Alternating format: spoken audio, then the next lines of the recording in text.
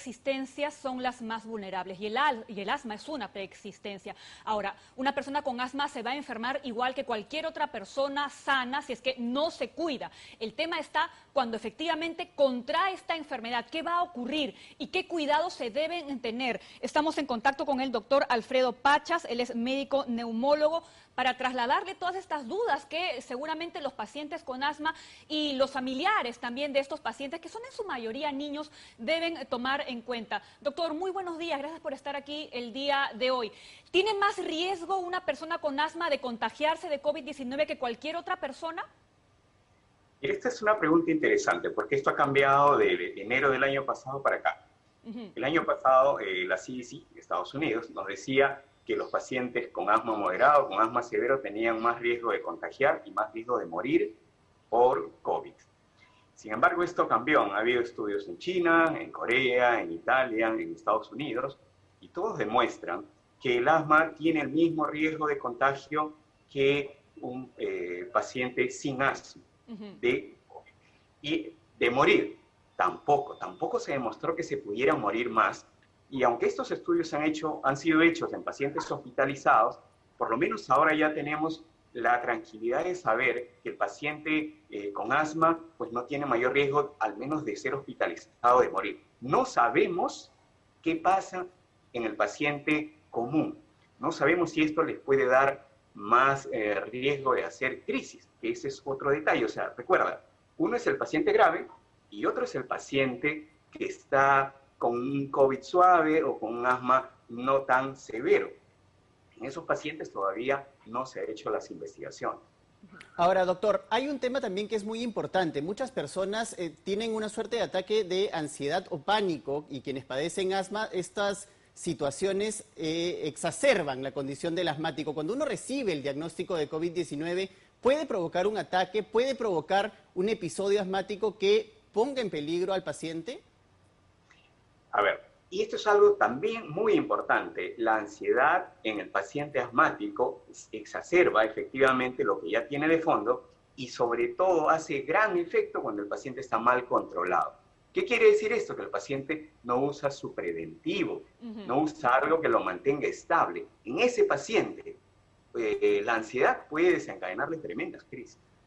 Estamos hablando del preventivo del asma, es decir, un paciente asmático con ya el diagnóstico confirmado tiene que seguir controlándose tal y como su neumólogo le indica, no puede descuidarse en ese aspecto. Sí, antes se pensaba que los inhaladores te podían hacer daño, como lo dijeron en el reportaje, que el corticoide inhalado te podía hacer daño, que te podía dar más COVID. Eso es falso, ahora ya se sabe, y entonces lo que se recomienda es que usen su tratamiento como siempre. Y si les da COVID, sigan usando su tratamiento como siempre, más el tratamiento que le va a dar su médico. Ahora, ¿cuál es la recomendación sobre todo para los padres de familia, doctor, que tienen menores que padecen de asma y que pueden estar expuestos a condiciones en esta situación de pandemia?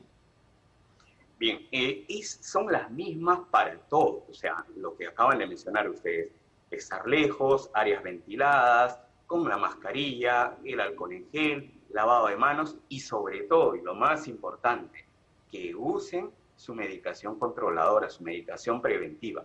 Algunas otras cosas adicionales, por ejemplo, es el ejercicio, que hace bastante bien, ¿no? El salir un rato a dar una vuelta a caminar, y estoy hablando, y siempre lo digo, la calle no es el problema, los que contagian son los seres humanos.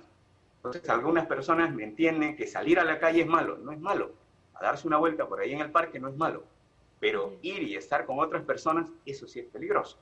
De eso nos debemos cuidar. Esta hora que nos ha dado el gobierno para ir a dar una vuelta, justamente eso da más salud emocional, que luego contribuye en salud física. Ahora, doctor, un paciente asmático que ha tenido COVID y que lo ha superado, ¿va a tener alguna complicación posterior? ¿Se va a agravar su situación de asma, por ejemplo? Mira que eso no lo hemos visto. Lo que hemos visto es que el paciente que le da COVID, tenga o no asma, puede tener secuelas de otro tipo fibrosis a veces.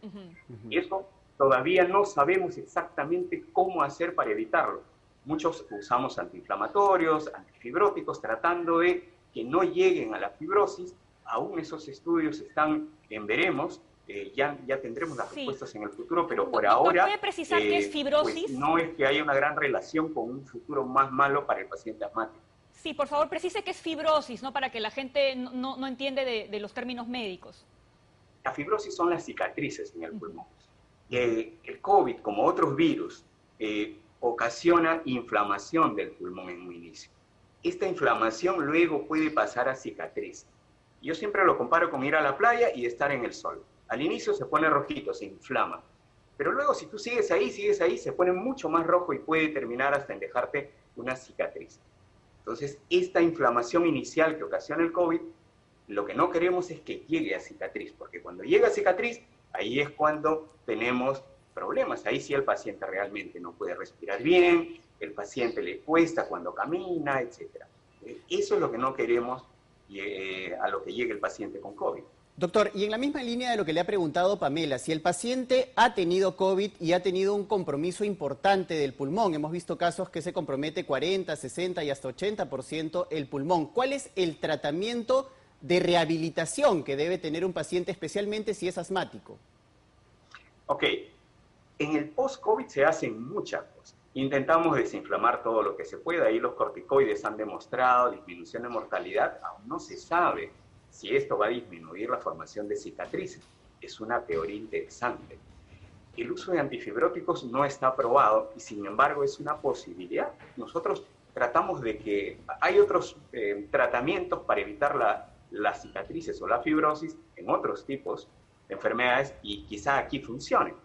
La rehabilitación pulmonar, los ejercicios son muy importantes, nos ayudan a que los músculos vuelvan a tener su funcionamiento anterior. Las vacunas, es importante que encima de esto no me dé una influenza, no me dé una neumonía, no me dé difteria, tosferina, etc. Ese tipo de cosas son muy importantes. Quizá la nutrición. Ahora estamos con esto de dar más proteínas porque van a mejorar nuestra inmunidad. Está demostrado que la vitamina C con el zinc o incluso la vitamina D pueden mejorar la inmunidad del paciente. Entonces, ese tipo de cosas es un poco de lo que se está usando hoy en día para el paciente post-COVID. Ahora, doctor, acá tengo una pregunta interesante desde las redes sociales. Es una madre de familia que tiene un niño que padece de asma, un asma bastante severo, según lo que me manifiesta, y ella tiene miedo de asistir a un centro médico en las oportunidades que su hijo ha tenido una crisis en medio de la pandemia. ¿Cómo debe actuar esta madre de familia con su pequeño? Bueno, evidentemente es algo que hay que poner en la balanza entre si de verdad necesita una emergencia o no. Hay algunas cosas que no se hacen hoy en día, por ejemplo. No se puede nebulizar a un paciente en la emergencia. Entonces, lo que sí se sabe es que una buena aerocámara con su inhalador, usada en las dosis correctas, puede hacer lo mismo que un nebulizador. Entonces, esto es una de las cosas. Otra cosa es el uso de corticoides, tanto en jarabe o en pastillas, en dosis bien altas, durante una crisis. Y eso lo pueden manejar vía telemedicina, teleconsulta con su médico, ¿no? Y de esa forma no salir. Ahora, no todas las crisis, por supuesto, se van a poder manejar en casa, pero una buena parte va a poder hacerlo. Y lo más importante, para no llegar a crisis, hay que usar los tratamientos preventivos. Los inhaladores preventivos no se usan solo en la crisis, se usan todos los días para que no me dé crisis. Ahora, doctor, ¿por qué el asma, independientemente del COVID, sigue siendo un problema? Hay personas que logran superarlo, ¿no? Pero hay otras que prácticamente toda su vida van a tener que vivir pendientes del inhalador. Y en estas circunstancias es muy difícil porque estamos viendo que no hay oxígeno suficiente para los pacientes COVID. No sé si es que en los casos más extremos de asma también algunas personas puedan necesitar un balón al costado. A ver, primero, esto es un problema primero de educación, porque la gran mayoría de personas piensan que el inhalador es malo. Uno, que el inhalador causa no digo daño que sea o malo, adicción. pero eso no es estar cierto. pendiente del inhalador. Ni es malo, ni es Sí. lo otro. Es un tema importante de que no usan el preventivo, como te digo, y por eso el paciente termina, como se dice, con su inhalador en el bolsillo todos los días. Así es. Si usaran un preventivo, no tendrían necesidad de eso y estarían bien. Y el inicio del preventivo, al inicio es todos los días, pero después se va quitando, se va quitando, se va quitando, y luego quizá el paciente puede usarlo una vez a la semana, una vez al mes, casi nunca. Depende de cada paciente. Obviamente hay un 5% de pacientes que sí, que tienen un asma severo, pero es un 5%, la gran mayoría es por un tratamiento inadecuado. Así es, doctor. Yo tengo otra duda que también llega a través de las redes sociales y hay mucha gente que confía también en los remedios caseros, ¿no? En los remedios de la abuelita, para decirlo en términos coloquiales. Las inhalaciones, por ejemplo, con eucalipto, es una de las preguntas que están haciendo a través de las redes sociales, o el jarabe de cebolla, que es otro de estos remedios de la abuelita. ¿Son convenientes para un paciente con asma? Desmintamos también si es que esto no es así para poder darle claridad a nuestros televidentes. Bueno, yo en lo posible trato de que el paciente use lo menos que se pueda. Mientras más usa, obviamente, más posibilidades de que, como se dice, las cosas se mezclen, que se choquen, como dicen comúnmente. El jarabe de cebolla, por ejemplo, muy bien, puede abrirte un poquito el bronquio, pero no es que te solucione el problema del todo, para nada. Está bastante lejos de lo que logra un inhalador. Lo mismo pasa con el eucalipto, lo puedes inhalar y a algunas personas incluso el vapor les puede incomodar y les puede cerrar el pecho. O sea, no hay una medicina perfecta para nadie y la verdad, los medicamentos caseros, si bien es cierto, pueden tener alguna ayuda, algún efecto, pero no se comparan todavía con la medicina tradicional que nosotros usamos. ¿Deportes, doctor? ¿Qué deporte se puede recomendar?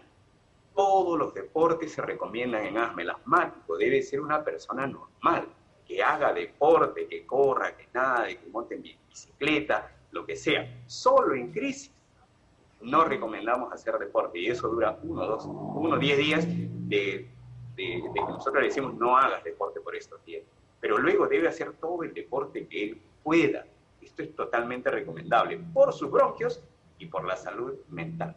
Muy bien, doctor. Muchísimas gracias. De verdad que ha quedado bastante claro. Seguramente algunas otras dudas van a estar llegando. Tendremos la oportunidad de conversar nuevamente con usted. Y ya que estábamos hablando